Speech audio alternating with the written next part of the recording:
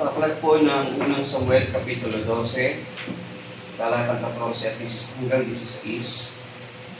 Kung kayo matatakot sa Panginoon at maglilingkod sa Kanya, at makikinig sa Kanyang tinig, at hindi maging magsiklaman laban sa utos ng Panginoon, at kayo din ang hari na naghahari sa inyo ay magiging masunurin sa Panginoon ninyong Diyos, ay mabuti. Ngunit kung hindi nyo titingin ang tinig ng Panginoon, kundi magiging magsik kayo laban sa utos ng Panginoon, ay magiging laban nga sa inyo ang kamay ng Panginoon gaya ng inyong mga magulang. Ngayon tumahimik kayo at tingnan ninyo itong dakilang bagay na gagawin ng Panginoon sa harap ng inyong mga mata. Pagpapala po sumating sa muling pagkarinig ng kanyang banal na salita. Good morning po mga kapatid. Isang pagpapala po muli mula po sa ating mahal na Panginoon. Tayo po pinagkatipon upang tayo ay makapag-awitan ng mga papuling awit sa ating mahal na Panginoong Yesus. Ngayon din po may nag-bless po ba tayo mga kapatid? Amen. Sarap pong umawit. Yung line-up ng kanta natin ngayon, iniba nila po, 3 masigla tapos solemn yung sa huli. Nakakaran ko kasi dalawa-dalawa. So yung energy hindi agad bumaba, no? Yung talagang yung pag-awit natin, daman-daman natin yung presensya ng Panginoon sa bawat isa. So umaga po ito mga kapatid ay muli tayo magsasagawa ng pag-aaral ng banal salita ng Panginoon. Expository type po muli tayo. Itutuloy po natin yung nakaraang pag-aaral natin. Ang last po natin na binigay ay yung unang Samuel Kapitulo 8, 9 at 10. Ngayon naman po is unang Samuel 11, 12, and 13. Ang pamagat po nito, Lessons of Faith, on the victory of Saul and the sermon of Samuel. Aral ng pananampalataya sa pagtatagumpay ni Saul at pangangaral ni Samuel. So ang ating po main character po dito, siyempre si Saul, nang nakaraan po natin, naging hari siya. Tinatag po siyang hari. At pangalawa po, si Samuel naman ay, si Samuel ay matanda na, kaya humingi na ng hari itong Israel. Natatandaan niyo mga kapatid. Sabi ng Israel, bago yun, naghihirap yung Israel dahil sinasakop sila ng mga kalaban. Dumalangin sila sa Panginoon. Binigyan si Samuel ang tumulong sa kanila, naghukom si Samuel sa kanila, naging leader. At nanagumpay si Samuel bilang tagapanguna sa Israel. At sa buong buhay ni Samuel, doon sa Kapitulo 11, siya'y nagbigay ng pamumuna sa Israel na nagbigay silang kapayapaan. Sa buong panahon ng pagiging hukom o pagiging leader ni Samuel, maganda ang naging maganda ang pamumuna o yung katatayuan o status ng Israel. Yun nga lang, tumanda na siya.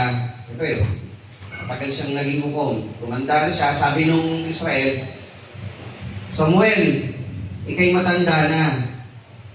Yung mga anak mo, hindi rin pwedeng pumalit sa iyo dahil naging masama sila sa paningin ng Panginoon. Hindi sila naging gaya mo. Bigyan mo kami ng hari, gaya ng ibang bansa. So doon nagpasimula po na humingi ng hari ang Israel. Meron po akong nalampasan mga kapatid na mahalagang punto na babalikan ko lang po pansumantali. Doon sa chapter 7, meron pong si Samuel, nung siya'y nagtagumpay na doon sa laban niya sa mga kalaban, meron po siyang itinayong bato doon na ginawa pong simbolo ng kanilang pagtatagumpay. Sa unang Samuel 7:12, hindi ko po ito nabasa at nabigyan ng emphasis po na napakahalagang detalye po sa pag-aaral. Nang magkagayoy, kumuha si Samuel ng isang bato at inilagay sa pagitan ng Mispa at Sen. At tinawag ang pangalan niya na Ebenezer, na sinasabi hanggang dito'y tinulungan tayo ng Panginoon. Pagkatapos ng unang laban nila na nagtagumpay na yung Israel, kumuha siya ng isang bato, pinangalanan niya yung Ebenezer. May himnaryo dyan na may salitang Ebenezer Hindi ko matandaan yung pamagat na ganun. Pag binasa niyo yung himnaryo, parang ano to? Pero yung writer nun, ganun kalalim yung pagkaunawa niya sa Bible na ultimong yung malalalim na salita gaya ng Ebenezer ay nailagay niyo po doon. Pansin niyo yung mga hinari natin, ang ano ng mga script niya, ang gaganda ng script niya, yung hinari natin na binabasa. Napakaganda ng script writing nun. Ang panunulat nun. Ebenezer. Ibig sabihin ng Ebenezer, hanggang dito ay tinutulungan tayo ng Panginoon. The Lord help us. The Lord help us. The Lord's help. Tinutulungan tayo ng Panginoon. Ano po ba ang kahalagahan dito? Ba't ko binalikan? Pinapakita ni Samuel dito sa taga-Israel. Unang laban natin to. Ito tinayo natin ba ito? Ibig sabihin niya, Ebenezer, tinutulungan tayo ng Panginoon. Habang panahon, dumadaan tayo dyan, at makita niyo yung batong yan, ipapaalala niyan sa atin na ang Panginoon, tinutulungan tayo. Napansin niyo ba sa mga bahay niyo, naglalagay ba kayo ng ano doon, mga Bible verses na tulad niyan? Kung may Bible verses dyan, ayun, sa likod, meron. Ba't tayo naglalagay niyan?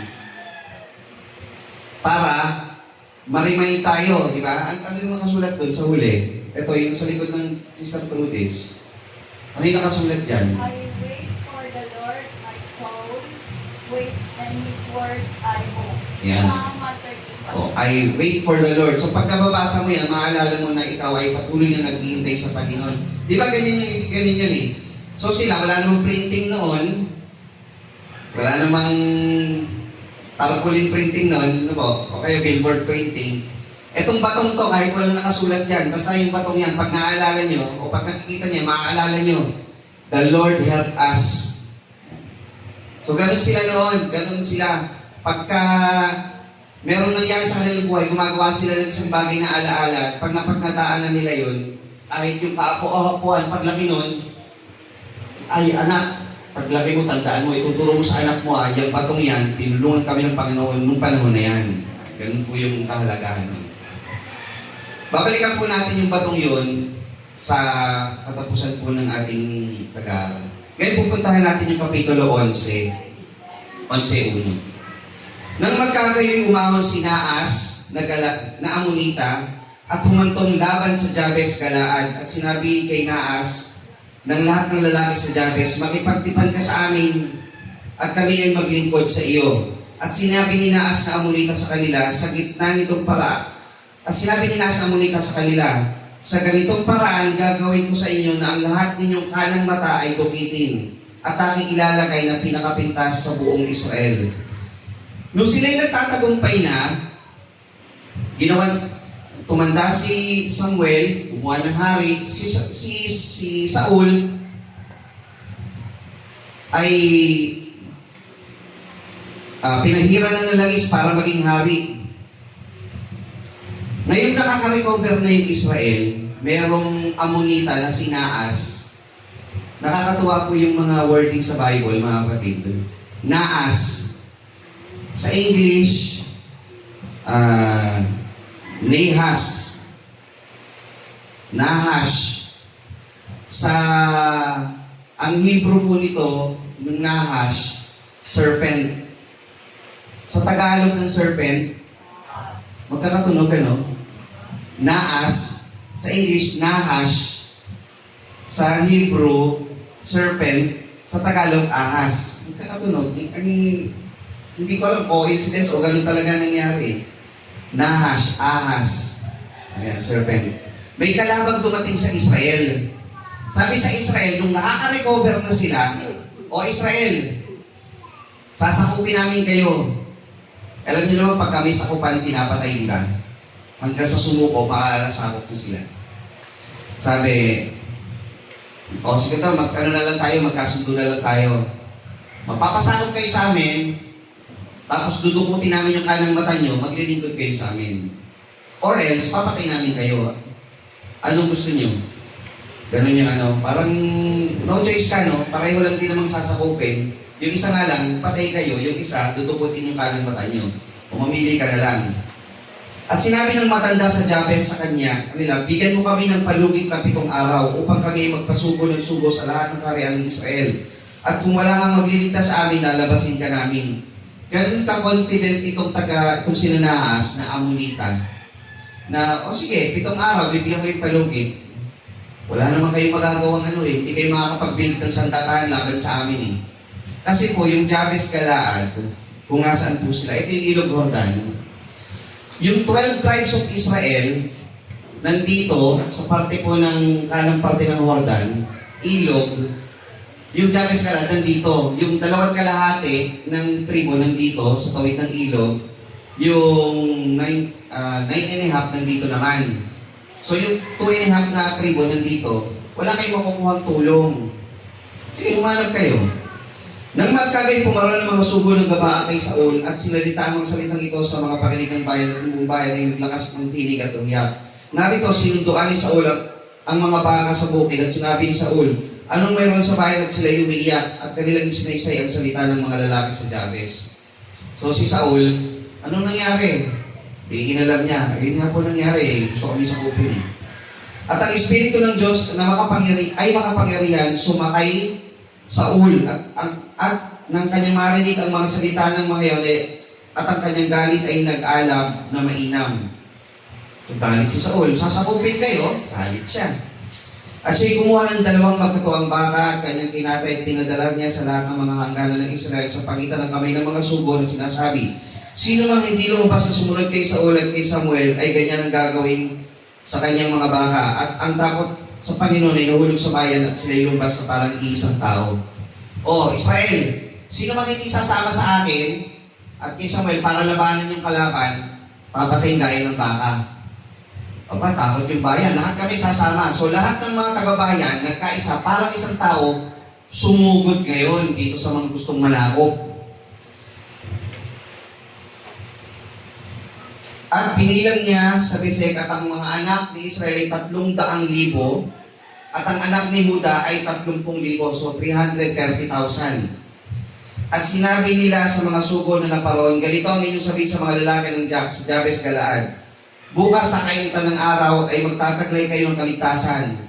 At naparoon ang mga sugo at sinaysay sa mga lalaki ng Jabes at sila'y natuwa. So yung mga nagpunta kay Saul na nagsumbong, bumalik.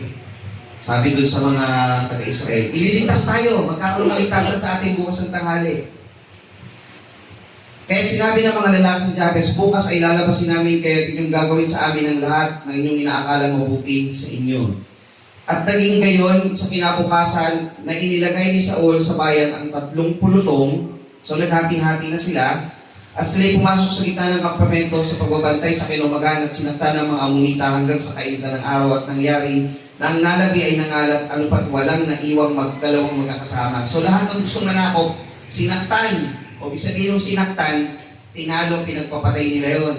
Yung nabuhay, walang magkasama. Di ba, sa mga sundalo, may magkakabadihan. O bali tayo. Pagtatakas tayo, magkasama tayo. Ganon. Walang naging magkasama, kanya-kanya yung takas na para hindi mapatay nila sa ulo. Ito pong 12, at sinabi ng bayan kay Samuel, sino yung nagsasabi maghahari baga si Saul sa amin? Dahil dito ang mga tao ngayon upang aming patayin sila. Nung unang nabasa ko itong 12, ano to? Ba't ganun? Papaunawa po natin ito. At sinabi ng bayan kay Saul, sino yung nagsasabi, maghahari ba si Saul sa amin? Ang background po nito, backstory niya sa unang Samuel, Gs 29 o 27. O 27, unang Samuel, Gs 27. Nung si Samuel na anoint na ng oil para maging hari, may mga taga-bayan na, alam niyo, di ba pinag-aralan natin ito, sabi sa inyo, pag kami nagtatagumpay na tao, hindi po pwedeng walang kontrabida, walang, ano yun? Critic. Di ba, pag mabunga ka na, binabato ka na di ba? Ganun yun Ngunit sinabi ng ilang hamak na tao, paano ililigtas tayo ng taong ito? At kanilang niwalang kabuluhan at hindi nila dinalhan ng kaloob, ngunit sila hindi umimig. May mga taong sabi, magkahari ba itong si Samuel sa amin? O, ganun sila, di ba? Ngayon nga, sinasakop sila ng Amonita. Pinagtanggol sila ni Saul. Nagtagumpay sila. Ngayon yung bayan, kumaunter. Sabi doon, balikan natin sa 11:12, balik po natin.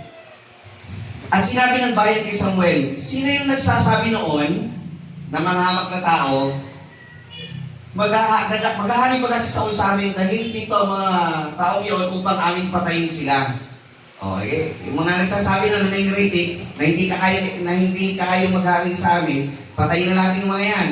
Ano sinagot ni Saul sa 13? At sinabi ni Saul, walang taong papatayin sa araw na ito. Isa pang magandang katangian ni Saul, hindi siya mapagtanim. Di ba, pinakita natin yung magagandang katangian ni Saul nung nakaraan? Nagsimula siyang humble, ayaw niyang maging hari, nagtago pa nga siya eh. Yung pinakamaliit ako sa Benjamin, hindi ako pwede maging hari. I-announce siya maghari, nagtago pa siya doon sa mga bagahe. Ngayon dito, yung mga naging critic sa'yo, sabi, patay na lang, sabi ni Saul, wag, walang papatayin sa araw na ito. Sapagkat ngayon gumawa ng Panginoon ng pagliligtas sa Israel. Taga-Israel din yan. Hindi po pwedeng patayin yan. Pagandang katangian ni Saul noon. Nang magkagayon, sinabi ni Samuel sa bayan, halika kayo, at tayo'y pumaroon sa Gilgal at ating baguhin ang kaharian doon. Dagdagan naman po natin ang backstory tungkol sa 14. So si Samuel, settled na tayo, walang papatayin. Pumunta tayo sa Gilgal upang doon i-coronate o koronahan. Di ba sa atin, sa Pilipinas, saan ba ginaganap ang coronation ng presidente? Malacanang. Malacanang, yung nalulumpa na. Yan. Sila sa Gilgal. Bakit sa Gilgal dinala? Ang dami-dami namang bayan sa Israel. Bakit sa Gilgal dinala? Itong Gilgal kasi, marami pong istorya to. Pipili tayo ng 4. Lista nyo na lang, hindi na po natin isalagay sa screen. Una, yung Gilgal kasi, yan yung naging unang kampo ng Israel nung sila ay tumawid sa Ilog Jordan. Tapos nakapag-settle sila, doon sila nagkampo sa lupang pangako ng Kanaan. Dito sila sa Gilgal unang pumunta. Diyan sila gumawa ng unang nilang kampamento. Sa Samuel 4:19 yun. Diyan din sila unang gumawa ng pag-aalaala sa pagliligtas at katapatan ng Diyos. Josue 4:6-7. Pangatlo, diyan din ginawa sa Gilgal yung pagtutuling muli sa mga Israel. Kasi di ba doon kay Moises, tinuli mga Israel, pero sa 40 years nilang paglalakbay, wala nang natuli. Namatay yung matatanda, yung 19 years old pababa, ang siyang nabuhay, hindi pa natutuli yung mga lalaki doon. Ngayon, dito sila tinuli yung renewal of the covenant or renewal ng tipan doon sa Gilgal ginawa. At pang-apat, di ba si Moises nagkaroon ng Pasko nung dumaan yung ika-10 salot sa Ehipto,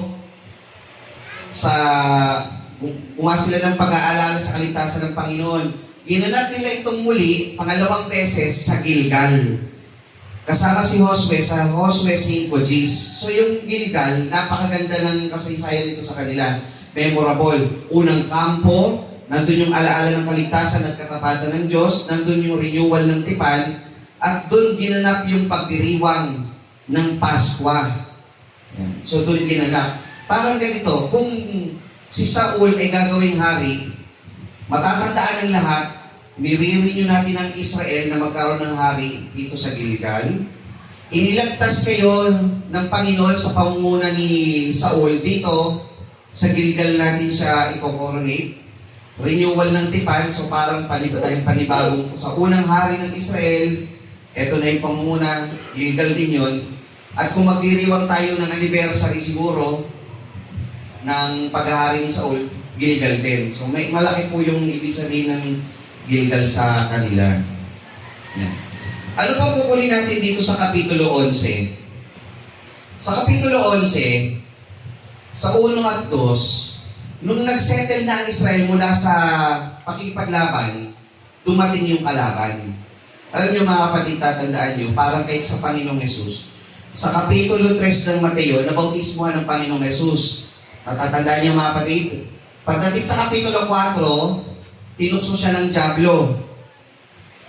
The attacker will come pag ikaw ay pumunta na sa Panginoon. So, nung ang Israel ay nagsesettle na sa Panginoon, doon dadating yung attacker. So tayo mga kapatid, pag tayo tumanggap na sa Panginoon, expect doon dadating yung mga kalaban. Hindi natin pwede sabihin, bakit kailan ako tumanggap sa Panginoon, saka sa akin nangyari yung mga ganitong challenge. yun po ay normal na mangyayari at expected na pong mangyayari. Bakit pa iaatak ng Diablo yung kanya? Ang iaatak ng Diablo ay yung nasa Panginoon. So, diba, si Naas umatake dahil yung Israel ay nagsesettle na sa Panginoon. Pangalawa, as a man, o as a human, expect the attack of the enemy. A brave leader who listens brings a united follower. Ang isang leader na nakikinig ay magbubugso ng isang nagkakaisang bayan. Di ba yung bayan nagkaisa para lumaban dito sa Kinanaas? So, maganda po mga kapatid, meron tayong leader na nakikinig. Leader na magbibigay po ng pagkakaisa sa bayan para magkaroon ng nag-iisang puso. Sino po ba ang leader natin, mga kapatid? Ang Panginoong Diyos. So, ang Panginoong Diyos nung nanawagan, magkaisa tayong sumampalataya sa Kanya, sumama sa Kanya, sasama ba kayo, mga kapatid? Ganun po yun. We have a strong leader na magbibigay sa atin ng pagkakaisa. Isa pa dito, a fight for the family is a noble thing. Ang paglaban para sa pamilya, ito kasi si Saul, ang ipinaglalaban niya, yung Israel. Okay lang magalit. Tingnan nyo at ang siya'y ano sa word dito? At ang kanyang galit ay nag-alab na mainam. Magalit ka sa masama. Ibukso mo yung galit mo, pero sa masama. So, yun po yung pinag-aaralan natin ng mga Bible study natin. Sa 6, at ang kanyang galit ay nag-alab na mainam para ipagtanggol yung tama, which is yung bayan ng Diyos. So, pagka mayroong gustong umusik sa iglesia, mga kapatid, ipagtatanggol natin yan. Hindi tayo mananahimik lamang. Pag sinabi nila aral ka nila ganito, na mali yung aral natin, ipagtatanggol natin yung aral natin, kailangan magalit ka na, bakit iniiba nyo? Wala tayong 10% dito. Tapos biglang may uus mo, magsasabi may 10%. Kailangan magalit ka doon. Ito aral ng Diyos eh. Ang aral ng Diyos, ang Diyos ay nag-iisa, tapos biglang may magtuturo, marami. Di ba? Magagalit ka dapat doon, hindi tama yun. So, hindi tamang apihin ang katawan ng Panginoon. Gaya ng ginawa ni Saul. 14. Renew the kingdom. Sabi, halina't pumunta sa Gilgal at baguhin natin ang kaharian doon. Tayo mga kapatid ay maging parte ng pagbabago ng lipunan, maging ilaw sa sanglibutan, baguhin natin ang sanglibutan sa magitan ng liwanag na nadidiliman. Yung sanglibutan na nadidiliman ay baguhin natin. Makisama tayo doon. Sabi, baguhin natin. So yung Israel ay nakisama. 12. Itong 12 mga kapatid, ang istorya nito, ang nagdaramdam na talumpati ni Samuel o yung sermon naman ni Samuel. At sinabi ni Samuel sa buong Israel, narito aking dininig ang inyong tinig at sa lahat na inyong sinabi sa akin at nagalala ko ng isang hari sa inyo.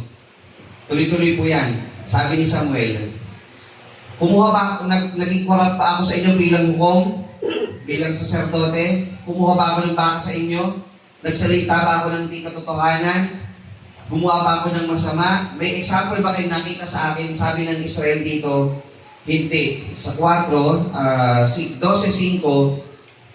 hindi kayo nakasumpong ng anuman sa aking kamay. At kanilang sinabi, siya'y saksi. At sinabi ni Samuel sa bayan, ang Panginoon ay siyang naghalal kay Moises at kay Aaron, at siyang nag-ahon sa inyong mga magulang mula sa lupain ng Ehipto sa pinaparating niya. Ito ang ginawa sa inyo ng Panginoon. Sa 9, at nilimot nila ang Panginoon nilang Diyos. Sa dami ng bagay na ginawa ng Panginoon sa inyo, nilimot ninyo yon. At anong ginawa ninyo? Humingi kayo ng hari. Nalimutan nyo na mayroong invisible God na hindi natin nakikita na tumutulong sa inyo. Ang gusto nyo, isang hari na nakikita. Yan, sinusumbatan sila ni Samuel. Kung baga pinakita si Samuel, naging mabuti naman ako halimbawa sa inyo, wala naman siguro kayong ibabato sa akin kung pagsabihan ko kayo. Mahirap kasi, ang mga tao, pagka may nagsesermon sa kanila at nasaktan sila, anong iniisip nung nasesermonan? Ikaw nga eh. Tama po ba? Hahanap at hahanap ka ng butas dun sa magsasalita eh. Tama ba yun? Kaya si Samuel, inunahan na sila eh. Wala kayong makikita sa akin, kaya tumigil na lang kayo, makinig kayo. Pero sa atin mga kapatid, nawa, huwag kong ganun. Kahit may makikita kayong kakulangan ng tagapanguna, ang dapat natin, ano ba yung sinasabi? Tama ba ito para sa akin? Ito ba ay makapagtutulong sa akin sa kaligtasan ko? O dapat ang isipin ko yung kasiraan o kakulangan o mga kasalanan o mga maling nagawa ng tagapanguna? Hindi po dapat gano'n ang kaisipan. Yun yung ginagawa ni Samuel sa kanila. Ngayon, na kumuha na kayo ng hari at kayo ay nasa ganitong sitwasyon na. Sa 14, yung ating pagsambatayan, kung kayo matatakot sa Panginoon at maglilingkod sa Kanya at makikinig sa Kanyang tinig, hindi magsiklaban sa Diyos na Panginoon, sa utos ng Panginoon, at kayo din ang hari na maghari sa inyo ay magiging masunurin sa Panginoon ng Diyos ay mabuti. Ngunit kung hindi nyo titigil ang tinig ng Panginoon, kundi mag-iimagsi kayo laban sa utos ng Panginoon, ay magiging laban sa inyo ang kamay ng Panginoon gaya ng inyong mga magulang. Tingnan nyo dun sa hukom. Binigyan kayo ng leader, pero nagbabalik loob kayo sa kasalanan. Iiyak kayo sa Panginoon, bibigyan ulit kayo ng leader. Pag settle na kayo, gagawa na naman kayo ng kasalanan. Iiyak na naman kayo sa Panginoon, bibigyan na naman kayo ng leader. Paulit-ulit yung cycle. Kaya tinapos na ni Samuel dito, huwag nang ganun ngayon, gaya ng inyong mga magulang. Sa 16, ngayon tumahimik kayo. Tingnan ninyo itong dakilang bagay na gagawin ng Panginoon sa harap ng inyong mga mata. Tayo ba mga kapatid, naligtas na ng Panginoon? Amen. Let's settle down. Be still. Watch out. Observe sa lahat ng gagawin mabuti sa atin ng Panginoon. Doon papasok yung Ebenezer. Ano ba yung katatayuan ko ngayon bilang isang mananampalataya? Masarap ba maging mananampalataya? Masarap ba na pakiramdam mo ay malapit na sa iyo yung kaligtasan? Ngayon, sa bawat pagsubok sa buhay mo, always look on that. Parang yung ginagawa sa Israel, lagi kang titingin doon. Hindi ibig sabihin wala kang karatula sa bahay, wala kang ganito, wala kang ganito. Malilimot mo na yung paalaala sa iyo ng Panginoon na ito ang isang pakiramdam ng isang iniligtas ng Panginoon, ng isang ginawang anak ng Panginoon. Kasi ikaw, anak ng Diyos, kahit wala ka sa kapilya. Tama po ba? So, yun yung essence ng bato na Ebenezer. Na sila may alaalang tinitignan. Ngayon, ikaw ang aalalahanin mo yung pagkatubos sa iyo ng Panginoon. Kaya meron tayo nito. Araw-araw sa iyong buhay, mararamdaman mo dapat, ito ang pakiramdam ng isang tinubos ng Panginoon. Hindi ko dapat ito malimutan. Kaya, observe ka lang kung anong gagawin ng Panginoon. The Lord will help us ma-finish yung ating laban. So, itong sa 12, Samuel lived in an honest and fruitful ministry. Remember your history. God restored you. So tayo, ni-restore ng Panginoon. Assess your decision. Tama ba yung decision ko na tumanggap sa Panginoon? Tama ba ang decision ko na tumanggap at magpabautismo sa pangalan ng ating Panginoong Hesus? Amen. Ngayon, may kondisyon ang Panginoon sa atin. Kung tayo magiging masunurin sa Kanya, tutuparin ng Diyos ang Kanyang pangako sa atin. Ngunit kung tayo magiging magsiklaban sa Kanya, kung tayo ay hindi susunod sa utos ng Panginoon, hindi tayo mamamalagi sa Kanya, impyerno ang ating patutunguhan. Napakasimple po nung 14 at 15. Punta na tayo sa 13. Sa 13, at si Saul ay may 40 taong gulang nung siya'y nagpasimulang maghari. Siya'y nagharing 2 taon sa Israel. So, nung second year niya, ito na po nangyari. Pumili si Saul para sa kanya ng 3,000 lalaki sa Israel. Ang 2,000 ay kasama ni Saul sa Mikmas, sa bundok ng Bethel. At ang 1,000 ay kasama ni Jonathan. Jonathan is anak po niya, ginawa niyang general. Sa Gabaa sa Benjamin. At ang labi sa bayan ay sinugo niya, bawat isa sa kanila. At sinaktan ni Jonathan ang pulutong ng mga Pilisteo sa Geba at nabalitaan ng mga Pilisteo. At hinipan ni Saul ang pakakak sa buong lupain na sinasabi marinig ng mga Hebreo. Mga Hebreo taga Israel. Ngayon lumalabas na po yung tunay na katauhan ni Saul. Verse 3. Sinaktan ni Jonathan, ibig sabihin ng sinaktan, smote, pinagpapatay. Pinagpapatay ni Jonathan ang pulutong ng mga Pilisteo na nasa Geba. Nang mabalitaan ng mga Pilisteo, hinipan ni Saul ang pakakap. Saul blew his own horn. Si Jonathan yung nanalo, pero sino ang nagbalita? Sino ang nagpasimuno ng panalo? Si Saul. Ang tawag po sa English noon, credit grabber. Si Jonathan yung nanalo, pero ang nagpamalita na siya ang nanalo ay si Saul. So lumalabas na, ang ganda ng katangian ni Saul, pero bakit nagkakaganito? Mula sa 13, patuloy, makikita nyo na. At nang marinig ka ng buong Israel na sabihin na sinaktan ni Saul ang pulutong ng mga Pilisteo at mga Israel, naman ay naging kasuklam-suklam sa mga Pilisteo at ang bayan ay nagsipisan at sumunod kay Saul sa Gilgal. Tingnan niyo po ito, napalitan ng mga Pilisteo na hinipan ni Saul. At narinig nga, pakita sa 4, at narinig nga ng buong Israel na sabihin na sinaktan ni Saul.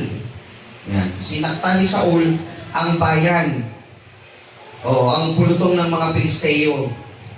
Ngayon yung mga Pilisteo nasusuklam sa Israel kasi ang lakas pala ng Israel sa pangunguna ni Saul. Pero sino po nakipaglaban?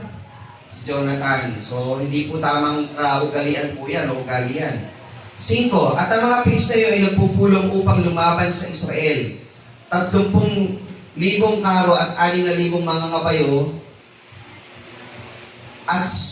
at ang bayan na gaya ng buhangin sa baybayin sa dagat ng karamihan at sila'y bumangon at humantong sa mikmas sa takong silanganan ng Bet-Aven.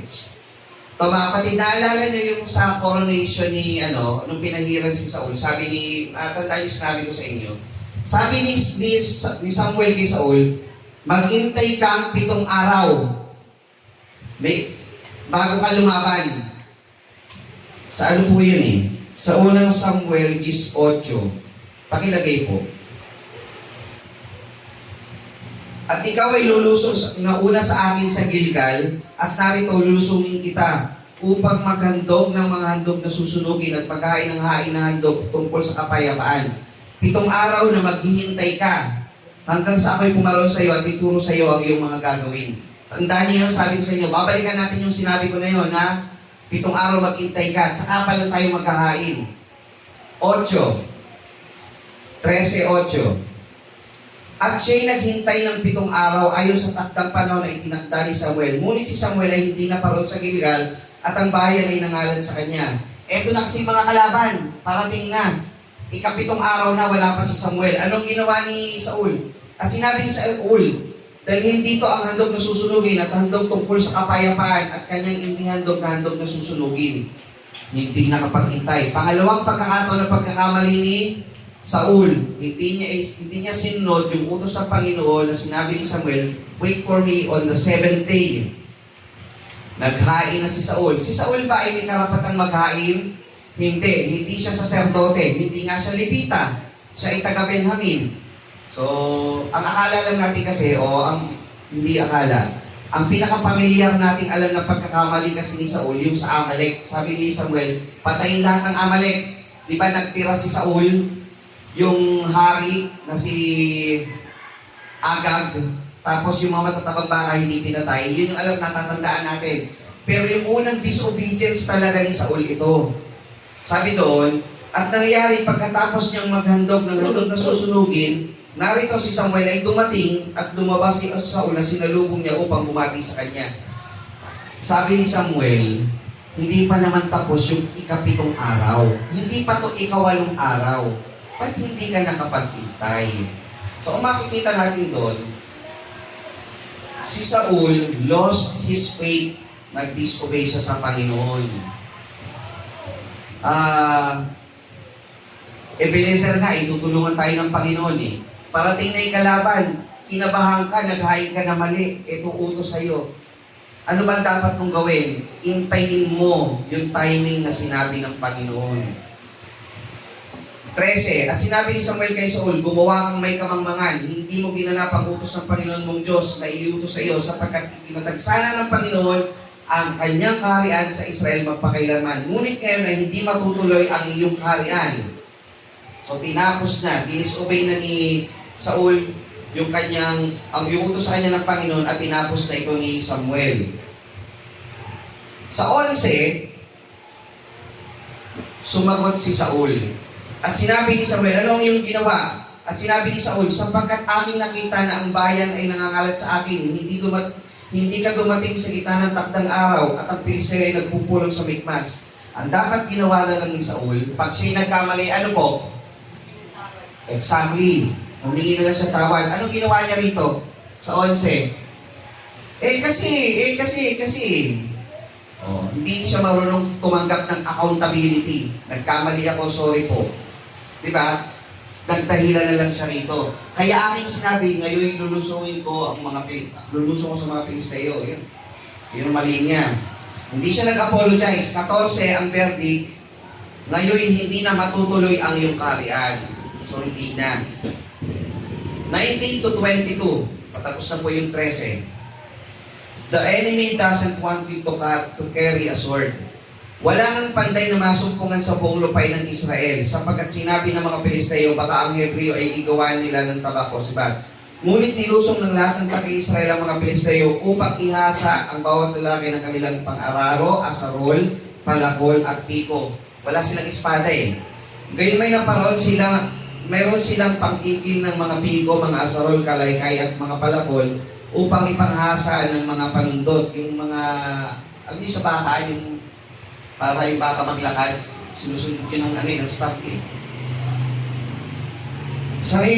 Sa gayon nangyari na sa araw ng pagbabaka ay wala kahit tabak o sibat mang nasumpungan sa kamay ng sinuman sa bayan na kasama ni Saul, ni Jonathan. Ngunit, kundi si Saul at si Jonathan na kanyang anak ang kinasumpungan lamang. Ang may espada lamang si Saul at saka si Jonathan.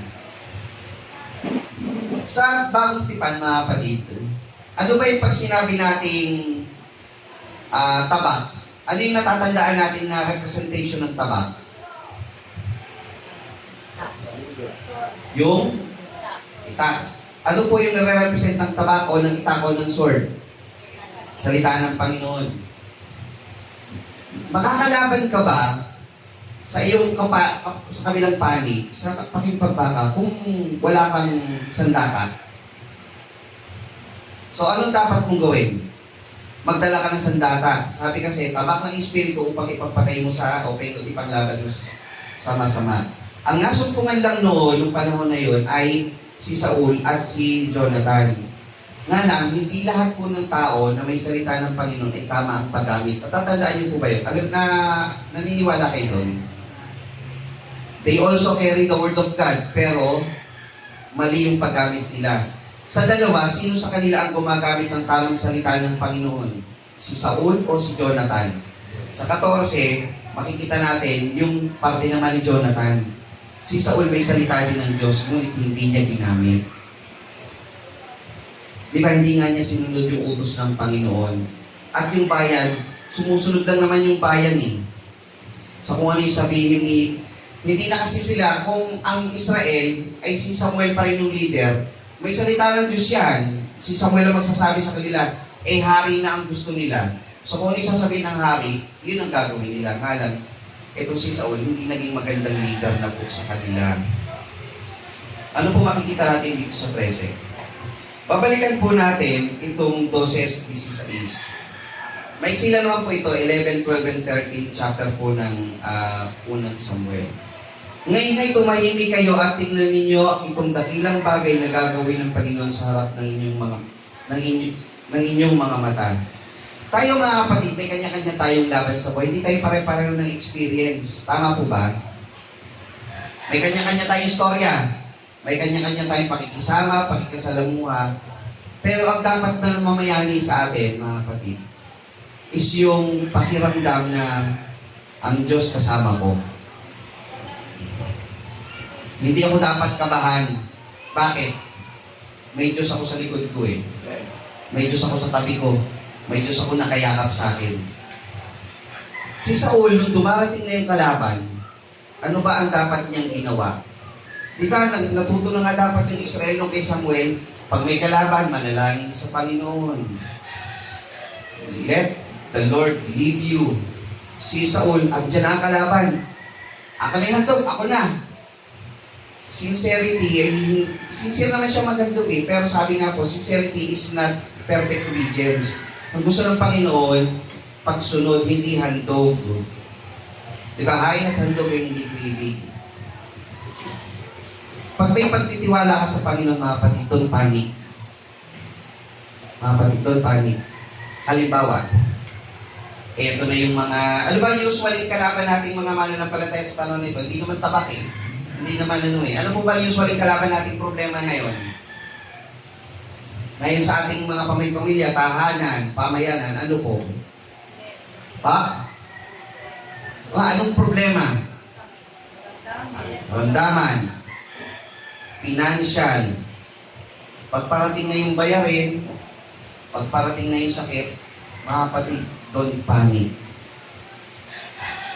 Stand still, observe kung anong gagawin sa iyo ng Panginoon. Nanampalataya kayo na ang Panginoon kasama natin. Hanggang sa huling sandali, gagawa ang Panginoon ng paraan. Hindi tayo pababayaan. Yan po ang naisituro sa atin ng 3 kapitulo na ito. Pag tayo tumanggap na sa Panginoon, expect mo may darating talaga na problema, may darating na challenge, pero dapat mananatili sa iyo yung pagtitiwala mo sa Panginoon, hindi ka niya pababayaan. Kasama natin ang Panginoon. Anak ka na kasi niya.